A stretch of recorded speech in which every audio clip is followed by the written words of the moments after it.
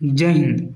आज हम भारत की सभी नदियों को एक साथ एक मैप में देखेंगे। जैसा कि स्टूडेंट आपको विगत कुछ वीडियो में हमने भारत की सभी नदियों के बारे में आपको उसका उद्गम स्थल, वो अपना जल कहाँ पे ले आकर प्रवाहित करती है, वो किस किस राज्यों से होकर जाती है, उस नदी के किनारे कौन कौन से शहर बसे हुए हैं, हमने हर एक बात आपको बता रखी है। लेकिन हमने आपको वहाँ पे एक पार्ट खंड खंड करके वीडियो प्रोवाइड किया है, लेकिन यहाँ पे हम एक ही बार में भारत की सभी नदियों को देखेंगे और यहाँ पे उससे ज़्यादा कुछ और हम प्रवाहित को सटीकता से समझेंगे। तो देखिए, अगर हम बात करते हैं कि नदियाँ किस डायरेक्शन में बहती हैं, तो इसके लिए हमको सबसे पहले जानना पड़ेगा कि डायरेक्शन आखिर हम निर्धारित कहाँ से करेंगे। तो इसके लिए आपको हम बताते हैं कि यहाँ पे आप देखेंगे कि जल विभाजक रेखा है।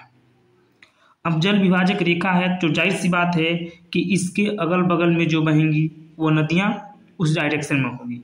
तो जल विभाजक रेखा आप देखेंगे तो ये भारत के किस हिस्से से होकर आती है, आप यहाँ पे देख सकते हैं। कुछ इस प्रकार से इसका रेखा है। जो नदियाँ इस डायरेक्शन में बहती हैं वो पश्चिम की तरफ बहती हैं और जो नदियाँ इस डायरेक्शन में बहती हैं वो पूरब की तरफ बहती हैं। अब हम बात करते हैं, एक एक नदियों को थोड़ा समझ लेते हैं यहाँ पे कि कैसे कौन से नदियाँ बहती हैं। तो सबसे पहले हम ऊपर से यानी उत्तर दिशा से दक्षिण दिशा की ओर चलेंगे नदियों को देखते हुए।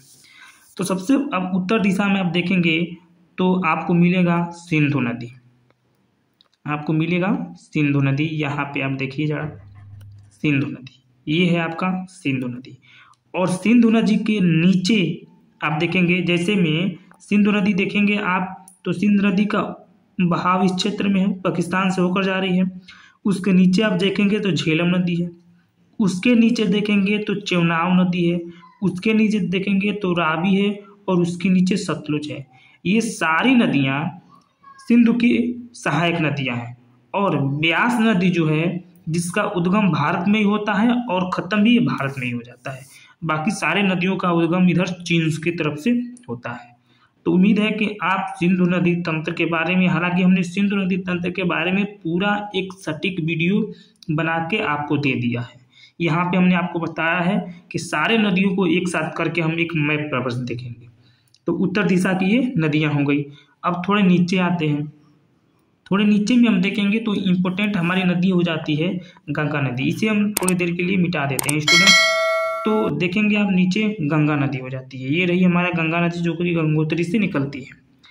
अब गंगा नदी के अगर नीचे आप देखेंगे कि नीचे से कौन नदियाँ मिल रही हैं, यानी कह दे कि गंगा नदी के दक्षिण से कौन कौन सी नदियाँ गंगा नदी की सहायक नदी हैं, तो आपको याद रखना होगा कि एक तो है आपका यमुना नदी, दूसरा है चंबल नदी और तीसरा है सिंध नदी, सिंधु नहीं सिंध नदी, और चेनाब नदी और केन नदी।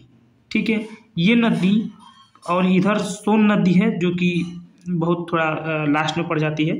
तो ये सब नदियाँ गंगा नदी की दक्षिण दिशाई से जाकर गंगा नदी में मिलती हैं। एक बार पुनः हम आपको बताएंगे ताकि चीज़ें आपको याद हो जाए। देखिए, थोड़ा इसको और हम पतला कर देते हैं ताकि चीज़ें आउट हो।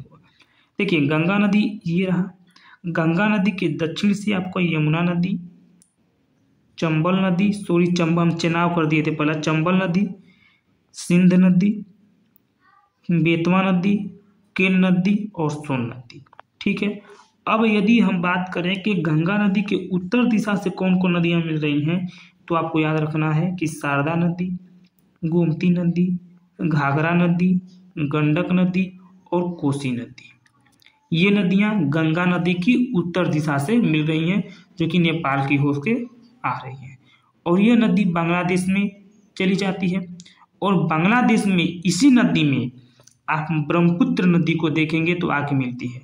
और आपको बता दें स्टूडेंट कि ब्रह्मपुत्र नदी जो कि तिब्बत में इसे सांगपो नदी के नाम से जाना जाता है, और जब ये भारत में प्रवेश कर जाती है तो इसे ब्रह्मपुत्र के नाम से जाना जाता है। ठीक है, और ये दोनों नदियाँ बांग्लादेश में आकर मिलती हैं और बंगाल की खाड़ी में अपना जल प्रवाहित करती हैं। और जल प्रवाहित करते समय एक विश्व में सबसे विशाल डेल्टा का निर्माण करती हैं। डेल्टा का आकार कुछ आप अगर जानना चाहें तो स्टूडेंट मैं बता दूं कि डेल्टा का आकार कुछ पंछी के पैरों के समान होता है, जैसे में ऐसे, ये सब डेल्टा का आकार है। डेल्टा का आपने देखा होगा कि जब पानी बहता है तो कहीं कहीं पे माटी कट जाती है, कहीं कहीं पे माटी ऊंच पड़ जाती है, उसी को हम डेल्टा की भांति कहते हैं, तो वही डेल्टा है। चलिए, ये तो हो गया हमारा 2 स्टेट हो गया, एक सिंधु नदी तंत्र और एक हो गया गंगा नदी तंत्र। अब हम नीचे आते हैं, तो नीचे आपको देखना है एक चीज़, यहाँ पे और ध्यान दीजिए स्टूडेंट। अब हम एक चीज़ देख लेते हैं कि पश्चिम की तरफ कौन कौन सी नदियाँ प्रवाहित होती हैं। तो पश्चिम की तरफ एक तो आप यहाँ पे हमने आपको बताया सिंधु नदी तंत्र में सारी नदियाँ पश्चिम की तरफ जाती हैं। उसके नीचे आएंगे तो लूनी नदी है, उसके नीचे आएंगे तो साबरमती है, उसके नीचे माही नदी है, और उसके तापी और नर्मदा, ये दोनों नदियाँ आपके पश्चिम की तरफ प्रवाहित होती हैं। ये सारी नदियाँ पश्चिम की तरफ प्रवाहित होती हैं। एक नदी और है जो पश्चिम की तरफ प्रवाहित होती है, वो है पेन्नार नदी। यहाँ पे पेन्नार नदी, एक सेकेंड, यहाँ पे, हाँ यहाँ पे देखिए पेन्नार नदी है। अब हम बात करते हैं कि पूरब की तरफ कौन कौन नदियाँ बहती हुई। तो पूरब की तरफ देखेंगे आप तो गंगा नदी आपने देख लिया। गंगा नदी के नीचे आप आएंगे तो देखेंगे कि महानदी है। ये रिवीजन भी आपको बहुत अच्छे से हो जा रहा होगा स्टूडेंट। महानदी के नीचे आएंगे तो पेनगंगा, उसके नीचे आएंगे गोदावरी, उसके नीचे कृष्णा, तुंगभद्रा, पेन्नार, कोलार, कावेरी, वेंगाई।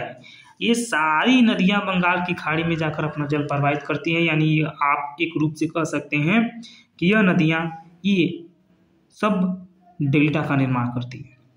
एक कंसेप्ट यहाँ पे याद रखिएगा स्टूडेंट, जो नदियाँ पश्चिम दिशा की तरफ जल प्रवाहित करती हैं, जो नदियाँ पश्चिम दिशा की तरफ जल प्रवाहित करती हैं, जैसे में लूनी, साबरमती, माही, नर्मदा, तापी, पेन्नार, अगर आ जाए कि इन नदियों में से कौन नदियाँ डेल्टा का प्रवाहित बनाती हैं, तो कोई नदी नहीं डेल्टा बनाता है। इसका एक रीजन है स्टूडेंट कि पश्चिम जो हमारा तट है ये खाड़ा तट है, इसकी ढलान खाड़ा है, इसलिए यहाँ पे कोई डेल्टा का निर्माण नहीं होता है। परंतु अगर पूरब नदियाँ की बात करें, जैसे माही, पेन्नार, गोदावरी, कृष्णा, तुंगभद्रा, कोलार, कावेरी, वेंगाई, ये सारी नदियाँ आपका डेल्टा का निर्माण करती हैं, क्योंकि पूर्वी जो हमारा महाद्वीप है ये ढलान है, इसलिए पानी ऊपर से बहते आता है और धीरे धीरे पानी की रफ्तार धीम होने लगती है, जिससे कि डेल्टा का निर्माण होता है। तो यदि इन नदियों में से किसी नदी का नाम आए तो आपको बताना है कि ये नदियाँ डेल्टा का निर्माण करती हैं, और जो पश्चिम की तरफ बहती हैं वो नदियाँ डेल्टा का निर्माण नहीं करती हैं। तो उम्मीद है कि आपने नदियों को पूरा समराइज रूप में देखा होगा, और कुछ उस वीडियो से इसमें कुछ आप अलग जाने होंगे। तो फिर मिलेंगे किसी अगले वीडियो में, तब तक के लिए धन्यवाद।